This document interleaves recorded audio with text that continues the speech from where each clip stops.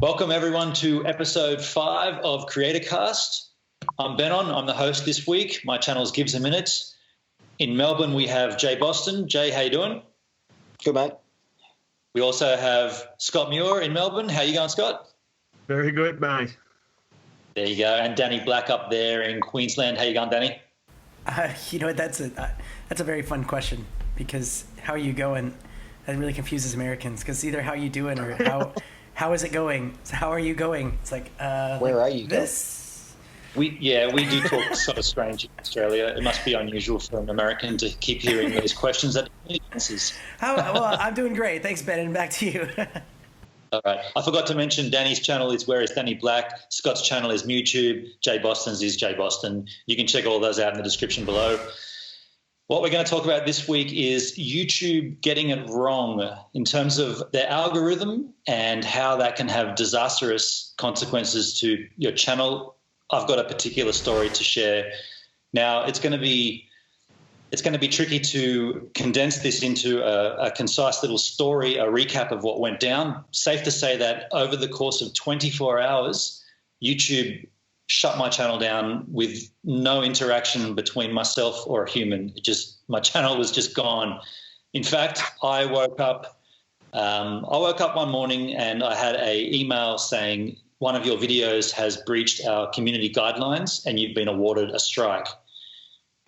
That video happened, that strike happened that morning. And then by that evening, before I went to bed, I had a second strike on another video. I went to bed in a confused state, had a phone call from Jay in the morning. Jay, can you just run us through what went through on your end of the situation? Yeah, sure. So pretty much in the morning, I wake up, as everybody does, and I go onto an app called videocasting, which lets you see how many subscribers that you've got currently. It's like a live subscriber app. And basically every morning I go in, I have a look at how mine's been in the last 8 hours, and yep, there you go. That's what it looks like. Oh yeah, and I'm on that too. And I noticed for Gives a Minute, you can see his little hand there that kind of looks like the Spider-Man jizz kind of thing. But I noticed that had a question mark. Oh, almost at 12,000. There you go. Cool. That was showing with a question mark. And I was like, oh, that's a bit weird. What's going on there? Tried to press it and it had 0. And I'm like, that's really weird. Anyway, I'm like, got onto YouTube channel and tried to go to Gives a Minute and it said this account no longer exists. And I'm like, oh crap, what's going on here? So I decided on my way to work to give Benon a call, and Benon had just woken up. I think I was the first caller. I woke you up, whatever it was, and yeah, I'm talking away, and I'm like, oh, dude, what's up with your channel? And he'd obviously seen the strikes had happened, and but he hadn't seen that the third strike had gone through and wiped out his channel. And I'm like, dude, your channel is gone. And he's like, what? And I thought he'd known. And then he's like, oh, my God, I can't believe this has happened. And, you can take it away from there. Well, that third strike happened in the course of the next 6 hours while I was asleep. And I woke up to my channel just saying, you log on and it basically just has this channel has been, what does it say, disabled due to multiple breaches of our community guidelines. It said permanently disabled. And I got pretty down about it. I was like, well, hang on, I haven't even heard back from the email of the first strike. So how can I do something wrong 3 more times in such a small amount of time? I did make a video explaining exactly how this happened and why it happened. Just to be super quick about it, I have a project. It's called my daily vlogs, and I record 4 minutes of my day, literally 4 minutes of my day as it happens, cut off at the end of the 4 minutes with no music overdubs, no editing, just that 4 minute slice of my day. Now, I've been doing this for a year. I'm into my second year of these vlogs. The first year I started it at midnight and it went through till 6 a.m. And that block of, say, 60 vlogs was actually me sleeping, because that's what people do midnight till 6 a.m. They're sleeping. So that was what that was. And then it went from 6 a.m. all the way through the course of the day, 4 minutes each time. Now, those videos went up on YouTube, no problems, monetized, everything was fine. But that was the one that got flagged, one of those me sleeping vlogs. Now, if you look into the community guidelines, which I breached, that could have been seen through YouTube as being spam. So there's one scene that's not moving. The camera's locked off. There's just a dude in the corner with a sketchy nightlight, and all he's doing is sleeping. And sure, on its own, it might appear as this guy's just spamming YouTube. Looked in the context of the whole project, in the sense, well, 24 hours, it's part of a piece of art, if you like. So that was my first reply to YouTube. Look, this is part of my program. This is my sequence. This is what I'm doing. And I never heard anything back from them. And then I quickly got a second flag saying another video. So I'm thinking there's going to be 60 of these flags before the day's over. I ended up going to bed, and then this phone call came through. What I want to highlight with this video, not so much the fact that this happened, but what it actually, like how it affected me as a creator, because we all put a lot of effort into these channels. We all spend all of our time dedicating to nurture an audience, to create an audience, to create a network. And for YouTube just to automatically take it away with no explanation, it really put me on a pretty negative. Well, that was the whole day was pretty negative, I've got to say. Worse than the Scooter Brad stuff we talked about in the previous episode. This was completely out of my control. I had no one to talk to, nothing that, like I tried tweeting YouTube, I tried hashtagging them, I tried putting them in all Facebook posts. No one replied from YouTube at all. No one from Google, nothing, just a dead end. I'd like to also make the clear distinction that this is different from getting a copyright flag on YouTube. You might get like a video that says the audio on that is owned by BMG or Universal, and they're going to claim copyright. So they share the monetization off that video. This is different. This is, you've breached our guidelines once. Now you've done it twice. Now you've done it 3 times. You're off. You're done. Has anyone else got any other examples of how this might have come across on their channel in a similar situation? Danny, maybe yourself? Yeah, actually, I've had YouTube flag a song, and I was like, I downloaded a bunch of copyright-free songs. According to YouTube, they're copyright-free songs, and I was living like, using all these songs, going, oh, this is great. I have all these songs to work with, and I just get this one song, and it was like, it's copywritten from here to here. And then so you go into YouTube and you check it out and you can play match it. And so I listened to it. I'm like, okay, yeah, that's a song. Then I looked at the artist and the thing, and I was like, hold on, let me look it up. And it was a completely different song. And I was like, oh, they screwed that up. So I did a file dispute, and I actually claimed it back. So and won. And I won, yeah. So they wrongfully, I don't know how, maybe there was a similar bass line or drum beat, but it was not, to me, it didn't sound anything the same, and so I thought it was it was messed up. So it was yeah. So there's another example of the algorithm sort of mismatching and getting it wrong. In that instance, not such a dire consequence, but good that you could resolve it. Yeah, Scott, have you got any? Deleted. I'd oh man. Yeah. Scott, yourself? Yeah. Look, I had a video get flagged for copyright music. It was nothing I put physically in my video, but it was actually background music. I did some vlogs when I was in the States a couple of years ago, and last year I was in Las Vegas just walking around filming on my iPhone vlogging, and there must have been music playing in one of the casinos I was either walking through or walking past, and that video got flagged for copyright. Wow. I didn't dispute it in any way because, I think I got like 60 views for the video, and I was like, I'm wrapped, but I don't really care. It was just like, whatever. What's the length of time for a song? Because I know you can get like 10, I think it's 20 seconds. I think it's 20 seconds. Yeah, but I think they've changed the copyright. I've heard 12, I've heard 15, I've heard 20. I don't know what it is. It's but confusing. I think they changed the copyright since then. But this is probably 2015. But after that, I was pretty cautious because obviously I got the notification for it. And then like a week later, we're in Orlando and we're at Universal Studios, and there's just music pumping it. I remember there's a section where there's like a Man in Black ride, and the Man in Black song's just on repeat, and I was just like, I can't film in here. How does that song go again? Yeah. Don't sing that. We don't want to have this play. You don't want to hear me sing. Have you got any stories you can share of similar situations? Yeah, man. Well, I blatantly copyright. I don't really care too much about it. Like I get a lot of my audio off SoundCloud, I'd adhere to the copyright flags, I guess. So if I try and keep it to below 16 seconds for the cuts. I don't do the whole song. I just do parts that I think are really good. And I do enough that if you use the Shazam app, that you can detect what the audio is if you want it, and you can purchase it. That's fine.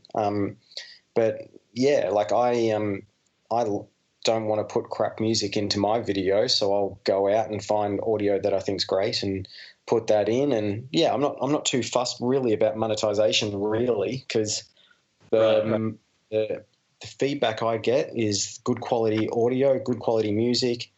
People will watch, and then the money that I make out of my videos isn't by monetization. It's actually through other means. It's through the networking, the connections that I receive, or the association that I can do with my business. So monetization for me, like it's not a big thing for me, and I don't really care too much about that. It's the other side of it. So I'm more encouraged to utilize content that I think is appropriate for the video, but enough of that that people can actually find out what song it is if they just Shazam it at the same time. So yes, I have had flags, I've had notices and all that kind of stuff, but I don't think it gives you penalties. Like unless you're doing full songs and you're copyrighting the audio and the video, then yeah, you're going to get flagged. But you just get slapped, I guess, with a non-monetization thing. That's the distinction that we need to make here. This copyright is just a notification saying so-and-so's claimed copyright, so you now need to share the monetization, or you give it all to them. If you're not monetizing... That's not fair, though. That is such a bad thing. I think that, okay, then, I'll share it, because I think that if you make a 10-minute video and you use one minute of a song, then they should get 10% of that copyright. But then at the same time, audio and video are half and half, so that they should just get 5% of it. And I think, Scott, you said to me something about sharing revenue or something. Like, what does that even mean? And like, it says that in your flag. This video is now enabled for sharing of revenue. And it's like, well, what's the split? How do you work out the share? They don't. They just give all to the licensee. And I think all of it, or the portion, goes to them. I think that I wouldn't actually mind like Jay's way of doing it. I just think that, whenever I get that copyright thing, or you see in your thing there's like a little X through the dollar, like that bothers me. Like it messes with my mind. If they didn't have that at all, I wouldn't even care about the copyrights. Like I don't make any money off of YouTube videos, and even if I made a little bit of money, it still wouldn't be worth the hassle of going through song after song after song to find the right one when I could just use a copyright one. But Scott, you were going to jump. And sometimes though, you got to be careful, because in the past I've had the audio stripped completely out of videos because of the content. So I think with copyright content, they can choose what they want to do. They can either monetize off it or have the audio stripped out completely, which means that part of the video is completely mute. Or they cut the whole part of that video out too. So it's up. Can you give an example of that? Because like. Yeah, so for instance, I did a promo video. So my first promo video or trailer for my YouTube channel. If you can even go back to that right now, I'll put it below, and you'll notice that the audio is cut out of that completely. And it's because in the background I had a copyright audio piece going. So they stripped out the audio completely, including me talking. So is that is that a location thing though? That's the owner of the copyright doing that. It's not YouTube. But No, it's not YouTube. But they've said that's what I want to do with the audio. I want it out. I don't want to monetize. I don't want to make money off it. I'd rather I have full, control of how my audio is used. Yeah. I've never actually thought about using Shazam for songs before, Jay. I don't know why that's bloody genius. No? But it takes 1 second to get Shazam to work. Like, I don't know why I never thought of it for some reason. I used to speed them up to 120 times or whatever. Not 120 times. 120%. Let's just jump in and let our audience know that don't know. Shazam is an app that you can hold up to a song and it will tell you what the song is basically, and then you can go and purchase that song. So and if you knew what Shazam was, please comment "duh, Benin." Yeah, you can do that too. Just skip that last 10 seconds if you go back in time in your DeLorean. We never know who's Yeah, we don't know who's watching here. My dad, I'm going to say hi, Dad, because he is watching and he has subscribed to all you guys. Scott's dad. Ah, thanks, Scott's dad.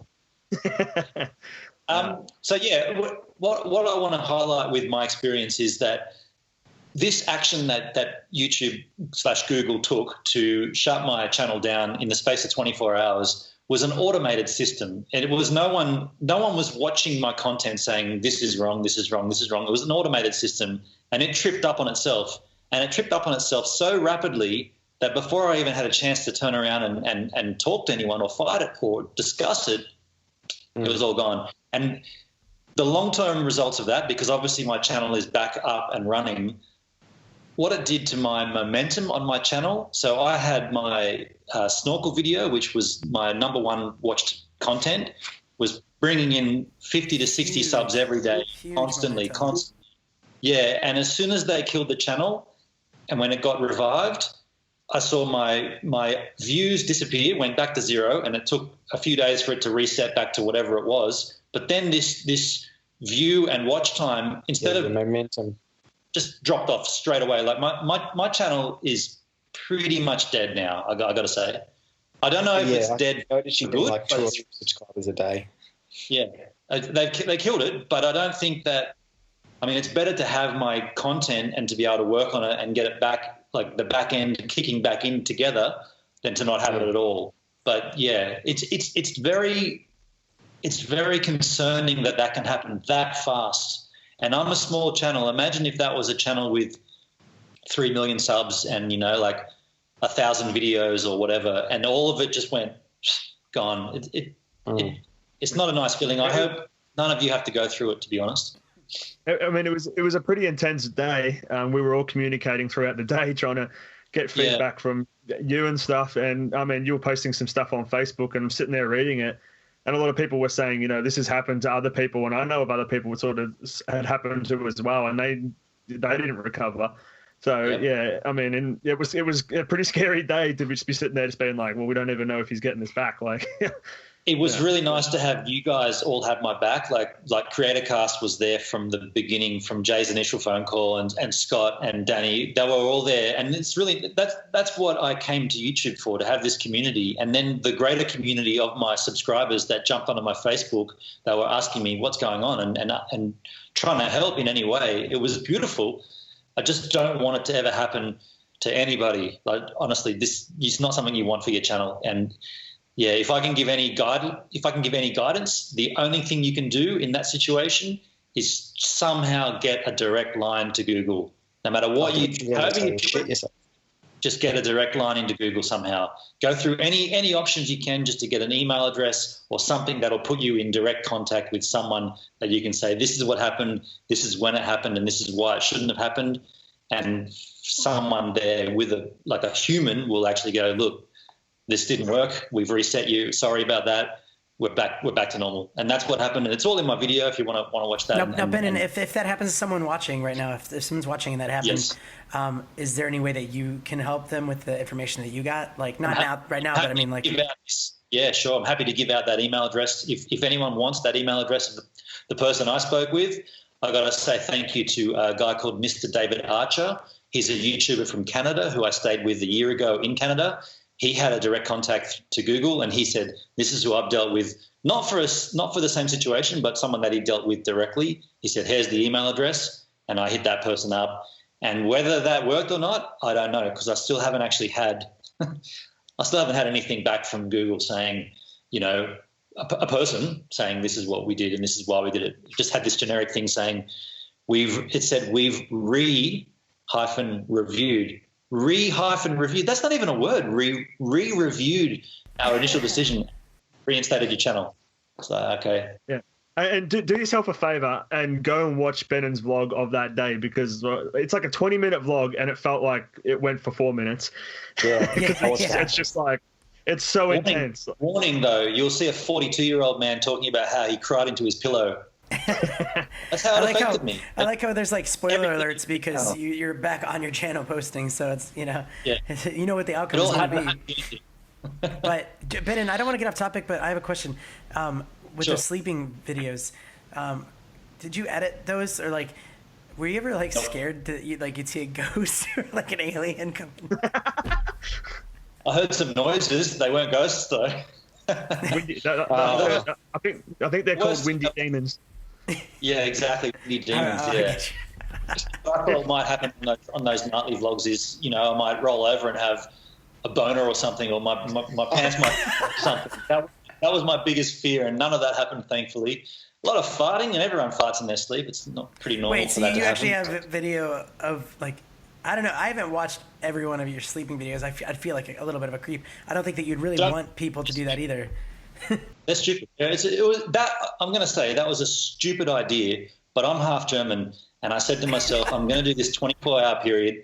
When do I start? Well, I should start at midnight. So midnight is when people sleep. So that's the way my head worked. It's nuts. I admit that it's a stupid idea. I'm not doing it this second year. This second year, I'm actually staying awake, and right now I'm going out on the viewers beach. need to know this. He does it like on the second, on the dot. Oh, yeah. Like you almost could just be live on YouTube. Like you almost That's could coming. do it I'm going live. to be doing live. Because he's just so on the dot of when it's happening. Actually, I'd love to see it live. I think that'd be awesome because we could wake up and be like, oh, it's his time. Let's comment on his thing or whatever. For sure. Awesome.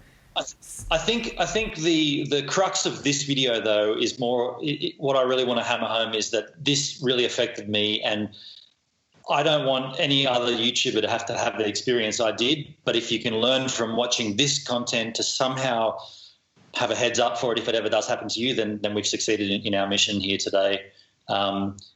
Jay, have you got anything to add that you want to contribute here, or can we wrap this up? I think we're probably out of time, unfortunately, but yeah, I'm just looking at the clock. But no, I think we've covered it all. I think making sure that you're doing the right thing, making sure you're completely transparent with your subscribers, how you're doing what you're doing and why. And yeah, I reckon like the only thing I've learned from this, or a couple of things, is that YouTube, I guess, need to have some kind of, before they take that third strike seriously, they need to have a human check it.